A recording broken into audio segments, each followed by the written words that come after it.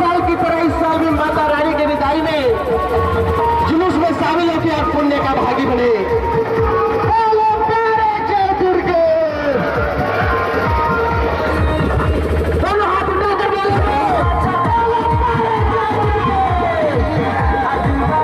बोलो प्यारे जय दुर्गे।